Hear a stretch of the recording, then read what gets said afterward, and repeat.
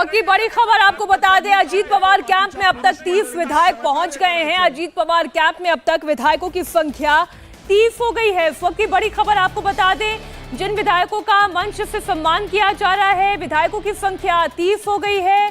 और उधर दूसरी तस्वीर शरद पवार कैंप से भी आ रही है। सुप्रिया सुले मंच का संचालन करती हुई नजर आ रही हैं और पार्टी के लीडर के तौर पर वो कितनी परिपक्व हैं, अगर राष्ट्रीय राजनीति के परिप्रेक्ष्य में देखें तो वो हैं, लेकिन राज्य की राजनीति के परिप्रेक्ष्य में देखें, एनसीपी की रीजनल पॉलिटिक्स के परिप्रेक्ष्य में आप देखें तो क्या वो एक मंझी हुई नेता के तौर पर दिखाई देती हैं या नहीं, ये तो अभी टेस्ट होना था, उससे पहले ही इतनी बड़ी फूट हो गई। सभी विधायकों को मंच पर बैठा दिया गया है। अजीत पवार कैंप में जो विधायकों को आप देख रहे हैं, मंच से उनका सम्मान किया जा रहा है। सुधीर जी, आप हमारे साथ अगर बने हुए हैं तो सर, आप ये दोनों तस्वीरें देख रहे हैं। एक तरफ शरद पवार कैंप की, जहां पर नेतृत्व करती हुई नजर आ रही हैं सुप्रिया सुले, इमोशनल अपील करती हुई वो नजर आई, शरद पवार के लिए चेहरा वो नजर आई, और वहीं दूसरी तरफ भतीजा अजीत पवार जो मंच पर बागी विधायकों का सम्मान करवा रहे हैं। बिल्कुल, मेरे ख्याल से अभी शरद पवार के बाद में सुप्रिया सुले को कमांड अपने हाथ में लेनी है और पार्टी का फेस बनना है। जैसे आपने बात बिल्कुल सही कही, सुप्रिया सुले नेशनल लेवल पे इस्टेब्लिश कर पाई है, लेकिन क्षेत्रीय जो उनका महाराष्ट्र जो गढ़ था, पश्चिम महाराष्ट्र, वो गढ़ में उनको प्रूव करने के पहले एक बड़ी बगावत उनके भाई की तरफ से हो गई है। मुझे लगता है ये सबसे बड़ा चैलेंज उनको, उनके पिताजी शरद पवार को है।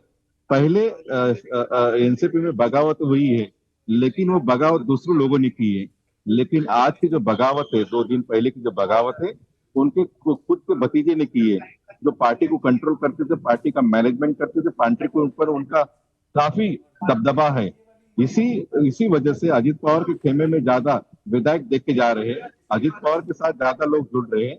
लेकिन ये चुने हुए विधायकों को टिकट देने के काम भी मेरे ख्याल से अजीत पवार ने किया था। उस वक्त जब टिकट बंटवारे का काम रहता है, उस वक्त सुप्रिया सुले का इन्वॉल्वमेंट और शरद पवार का इन्वॉल्वमेंट ज्यादा नहीं रहता।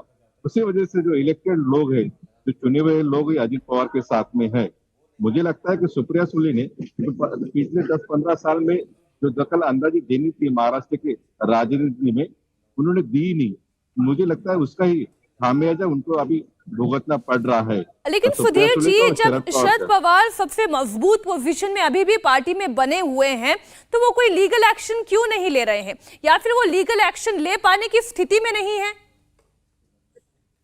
वो लीगल एक्शन लेंगे, लेकिन मेरे ख्याल से चीजें और डेवलप हो रही है, डेवलपमेंट अनफोल्डिंग है, अभी भी काफी पिक्चर क्लियर नहीं है। इसीलिए मुझे लगता है कि वेट एंड वॉच के सिचुएशन में जब सब पिक्चर आज की मीटिंग के बाद में क्लियर हो जाएगा, उसके बाद में वो डिसीजन लेंगे लीगल एक्शन का। क्योंकि ये मामला ब्लड रिलेशन का है, ये मामला दूसरे विधायक का नहीं है, दूसरे लोगों का नहीं है, इसमें एक रिलेशनशिप का मामला है। इसमें जो भी डिसीजन लिया जाएगा वो पूरे सोच समझ के लिया जाएगा, उसमें कोई भी जल्दबाजी नहीं होगी। उनको पता है कि अजीत पवार को कैसे हैंडल करना है, नहीं करना है। लास्ट टाइम उन्होंने सक्सेसफुल हैंडल किया था, लेकिन इस बार मेरे ख्याल से पारी उनके हाथ से निकलती हुई नजर आ रही है। अजीत पवार ने इस बार ठान लिया है कि एनसीपी का बड़ा गुट भारतीय जनता पार्टी के साथ जाए और उनका जो ड्रीम है, लॉन्ग चेरिश ड्रीम मुख्यमंत्री बनने का, वो उनको कंप्लीट करना है इस बार में। सर, ये ड्रीम तो फिर देवेंद्र फडणवीस का क्यों ना हो? ये ड्रीम तो एकनाथ शिंदे का भी पूरा हो गया। देवेंद्र फडणवीस पहले मुख्यमंत्री बन चुके हैं, लेकिन महाराष्ट्र में जिस तरह से बीजेपी स्लीपरी मोड पे है, उनको दूसरी पार्टी और दूसरे लोगों की सख्त जरूरत है, जिसकी वजह से उनको कॉम्प्रोमाइज करना पड़ रहा है, उनको एडजस्टमेंट करना पड़ रहा है। अभी मुझे लगता है देवेंद्र फडणवीस का ड्रीम थोड़ा साइड में रखने का मेरे ख्याल से डिसीजन भारतीय जो टॉप लीडरशिप उन्होंने डिसीजन लिया, उस पर देवेंद्र फडणवीस को साइड में रखा गया। अभी ऐसा लग रहा है शिंदे के बाद में अजीत पवार का ड्रीम भी कंप्लीट करके देवेंद्र फडणवीस को साइड में रखा जाए, क्योंकि महाराष्ट्र से सबसे ज्यादा 48 लोकसभा की सीट चुनी जाती है। उससे अहम है, जब तक रीजनल पार्टी और क्षेत्रीय दल और लीडरशिप आपके साथ नहीं, आपको महाराष्ट्र में ज्यादा 2014 में जिस तरह से सीटें जीती थी बीजेपी ने, 2019 में जीती थी, उसका रिपीटेशन नहीं होगा। इसलिए उनको पता है कि क्षत्रिय दल और क्षत्रिय कद्दावर लीडरशिप उनके साथ में चाहिए, इसलिए वो सैक्रिफाइस करने के लिए रेडी है। कुछ साल पहले, एक साल पहले तब तो सर इसका एक दूसरा पहलू तो फिर हम सुधीर जी ये भी कह सकते हैं कि ये बीजेपी का ऐसा एक लॉन्ग टर्म प्लान है जिसमें वो क्षेत्रीय दलों को तोड़कर अपनी ताकत को फिलहाल फौरी तौर पर सरकार बनाने के लिए मजबूत करें, और लॉन्ग टर्म पर्पस ये है कि वहां पे क्षत्रप इतने मजबूत रहे ही ना और बीजेपी को फ्लरिश होने के लिए पूरा लैंड, पूरा महाराष्ट्र मिले। बिल्कुल, आपकी बात बिल्कुल सही है। आपको याद होगा कुछ महीने पहले भारतीय जनता पार्टी के जो प्रेसिडेंट जेपी नड्डा, उन्होंने एक भाषण दिया था, बहुत ही फेमस भाषण है। उसी वक्त उन्होंने कहा था हम कोई क्षत्रिय दल को रहने नहीं देंगे, और मुझे लगता है वही शुरुआत कुछ राज्यों में हो चुकी थी। महाराष्ट्र बाकी का, महाराष्ट्र में सबसे दो बड़े क्षत्रिय दल थे, एक शिवसेना, एक एनसीपी।